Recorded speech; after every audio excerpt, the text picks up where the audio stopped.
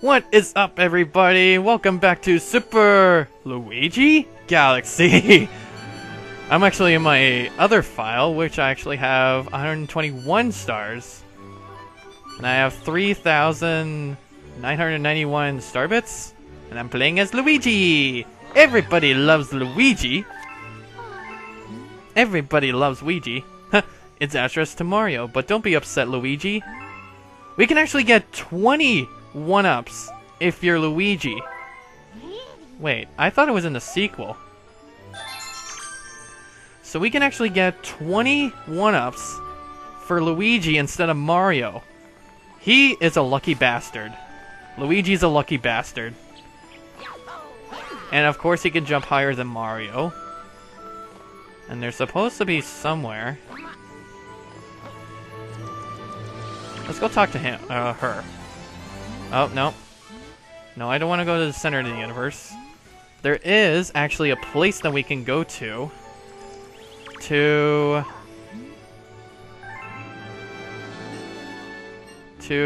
get the last of the stars.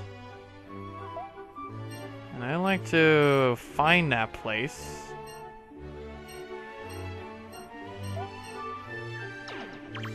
Alright, let's go find it. I just bet it's gonna be at the gate. So we're playing as Luigi. We're at the finale episode of Mario Galaxy. I can't believe we're right at the end. This is so exciting. Oh my god, you're too funny, Luigi. I think it's in here. To the gate. I think it is.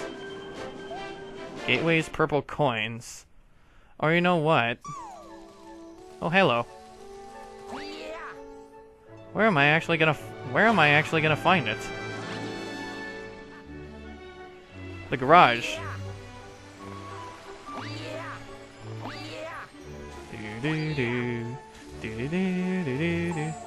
I just know I'm gonna find it. Time paradox. I am beat. You'll have to find the rest of the power stars. Wait a minute. Green star. I just know it's around here. Yes, it's here. It's here. Want to go to the grand finale galaxy?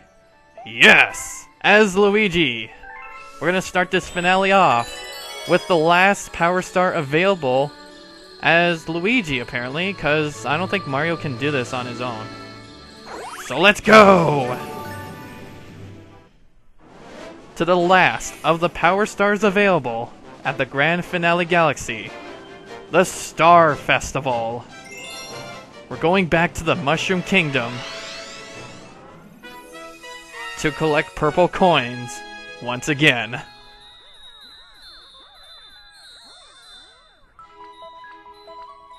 Penguin! God. I can't believe. Yeah, if you have actually collected all the power stars from both Mario and Luigi, you can get this star available to collect. And I can actually look. Okay. So all you have to do around here is collect the purple coins. And it's just a line. Have no fear. The MisterBriGuy should be in the castle garden. Yeah, that is a beautiful view of the princess castle. And Bowser's not going to invade it this time. 'Cause we're practically finished. We're practically finished the game. We have everybody here. We have penguins, we have robots, we have toads. It's everything we have ever imagined. And I'm playing as Luigi to finish it off. Maybe or maybe not, I can play as Luigi in the sequel. Mr. Luigi! You gotta hear this. We did such a good job, they're promoting us to Royal Guards. With me as the Royal Guard Commander, nobody will ever kidnap Princess Peach again. Koopas, boos, giant, overgrown moles, whatever. Sure. Just wait until then, okay? We have a fire! And chicken! We have chicken! We have freaking chicken! Freaking chicken!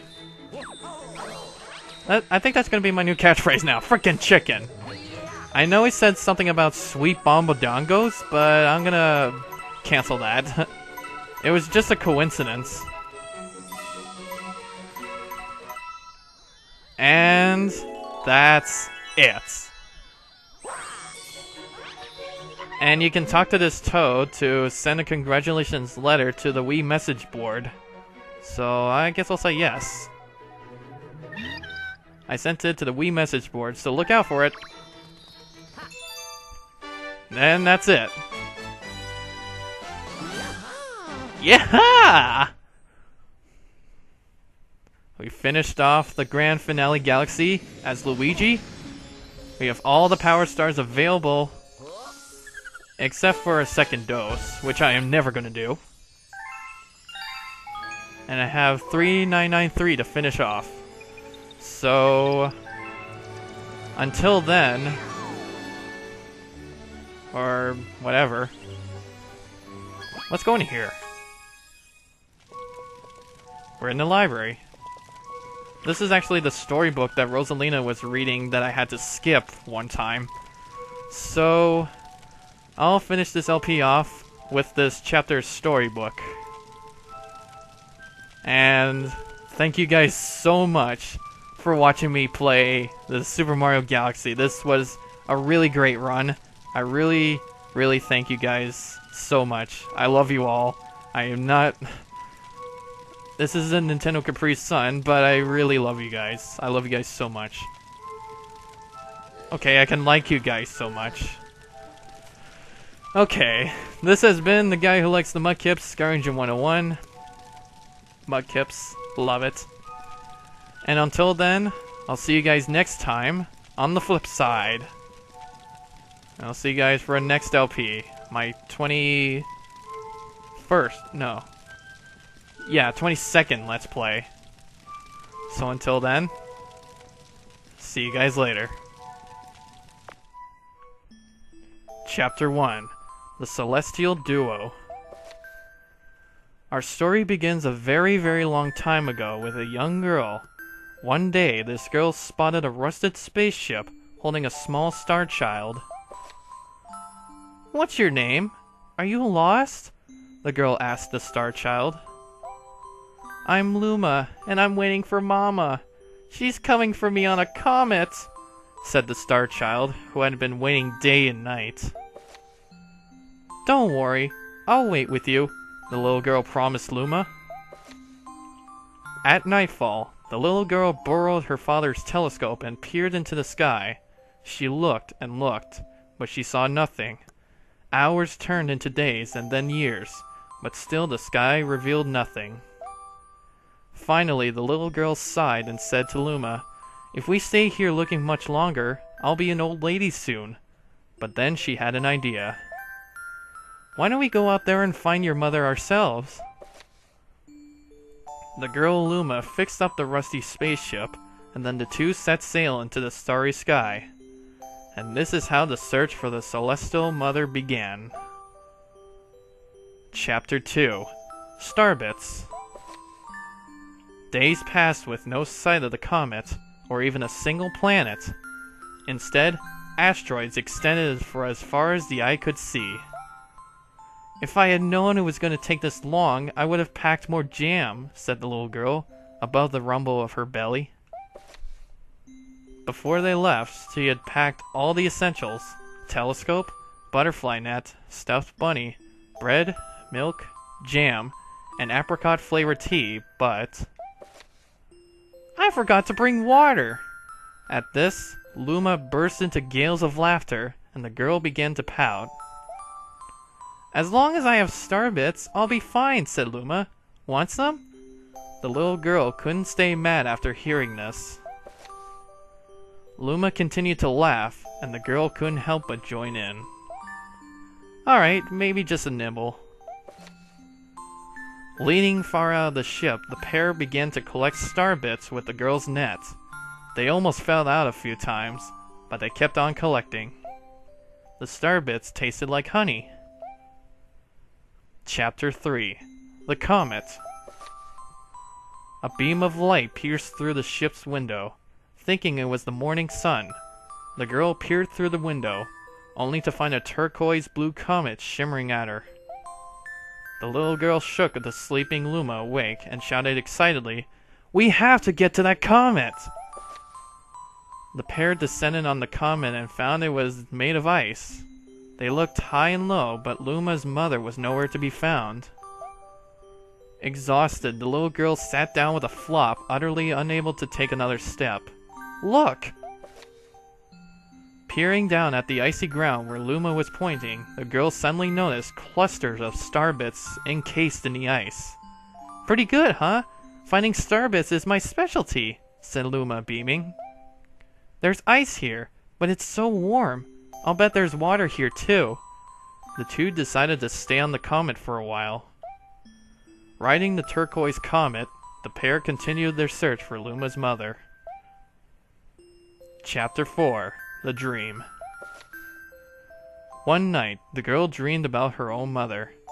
"Where are you going?" she asked her mother, retreating back.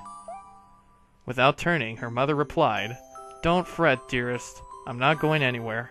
I'm always watching over you, like the sun in the day and the moon in the night." A wave of sadness washed over the girl. "What about when it rains and I can't see the sun or the moon?" Her mother thought for a moment before responding. "I will turn into a star in the clouds and wait for your tears to dry." When she awoke, the girl's face was damp with tears. "You have starbits in your eyes," said Luma to the girl. Wiping her face, the girl replied, "These tears, not starbits. I'm crying because I'll never see my mother ever again." At this, Luma began to cry too. "Mama, oh mama, wah!"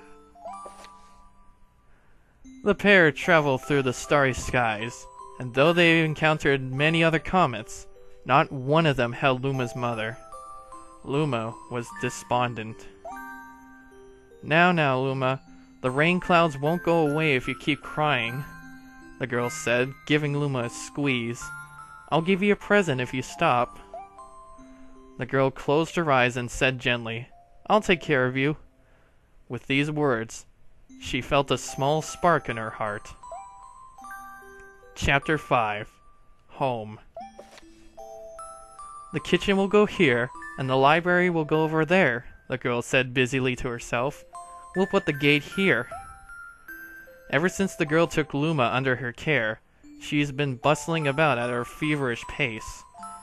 It's a lot of work, but it's worth it to make a happy home. It turned out that starbits weren't the only things buried in the ice. There were tools and furniture unlike any they had ever seen, and the girls used them to build a home. Looking at the completed house, Luma remarked, "Don't you think it's awfully big for just the two of us?"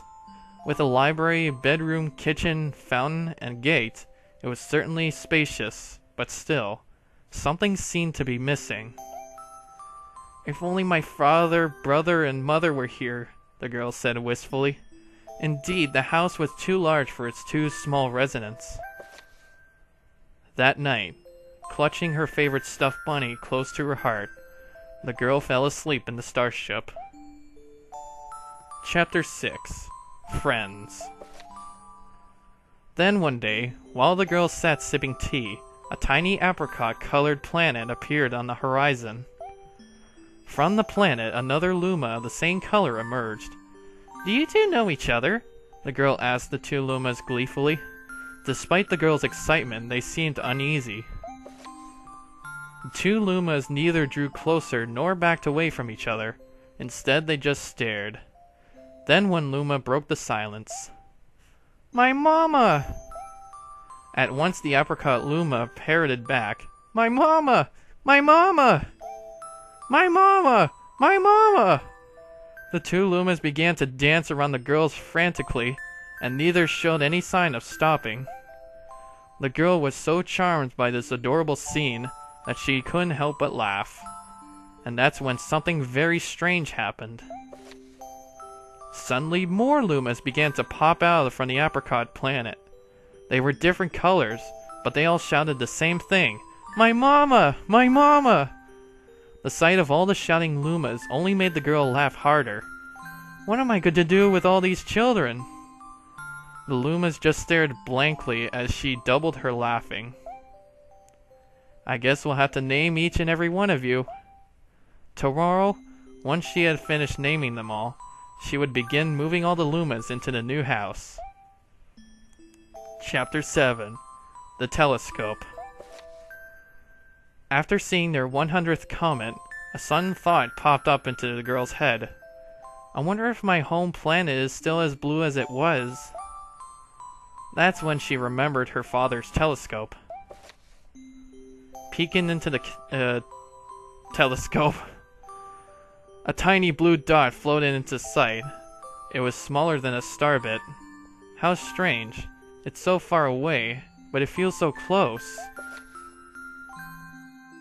She twisted the knob of the telescope, and the blue dot grew until she could make out a grassy hill dotted with flowers. It seemed very familiar to her. Zooming even closer, a terrace on the hill came into view. I used to go stargazing there when I lived on my home planet. She remembered rubbing the sleep out of her eyes as she followed her father up that hill to look at the stars. She remembered how she and her brother would sled down that hill. She remembered having picnics with her mother on that hill on bright and windy days. And... I want to go home! I want to go home right now! The girl burst into tears, and the Lumas didn't know what to do. I want to go home. I want to go back home by the hill. I want to see my mother. The girl was shouting now, her face wet in tears. But I know she's not there. I knew all along that she wasn't out there in the sky, because she's sleeping under the tree on the hill. The girl's cries echoed through the stars, and a hush fell over the area. Chapter 8. The Wish. Though usually quite cheery, one day the girl became sad again. Luma drew close and tried to comfort her. Mama, you still have me. And don't be sad about your mama. Because she's a part of you, that means she's always close by. It's like me. I love starbits because they remind me of my mama. No, the girl said, unable to stop the tears. A lonely look flickered across Luma's face, but it was soon replaced by a wide grin. I have an idea! I will transform into a comet, a soaring comet that can carry you all on this journey. With that, Luma, trailing bands of white, soared high into the sky and just as quickly started to plummet back down. Kaboom! Kablam!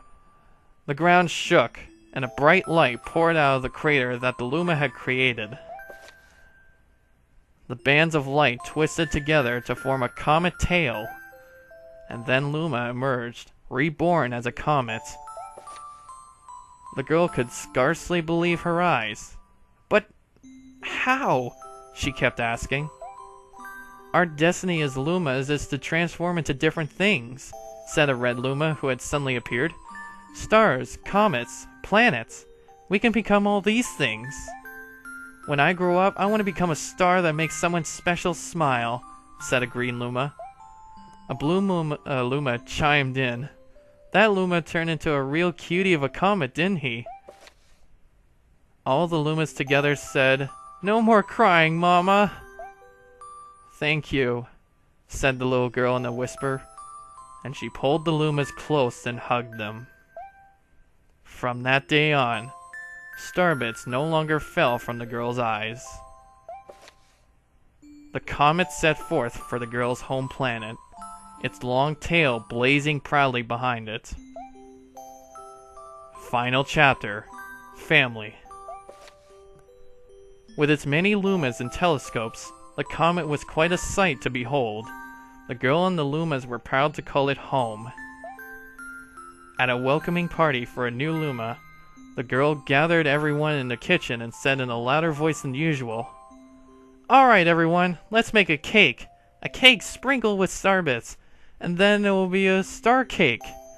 The Lumas excitedly began to gather the ingredients. As she watched the Lumas scurry about, the girl smiled and thought to herself, "This is my family now, and I will stay with them until they're ready to leave the nest. And when they do leave, I'll see them off with a smile. Because that's what makes a mother happiest." That night, when the girl lay down to sleep, a soft light enveloped her and reminded her of a blue planet she once called home. But it would be nice to return home once every 100 years, to nap in my favorite sleeping nook. The comet, carrying the Lumas and the girl, continues on its journey to this very day. With more family members in tow than can be counted, it's said that the comet visited the girl's home planet once every 100 years, its proud white tail glittering in the sky. The end.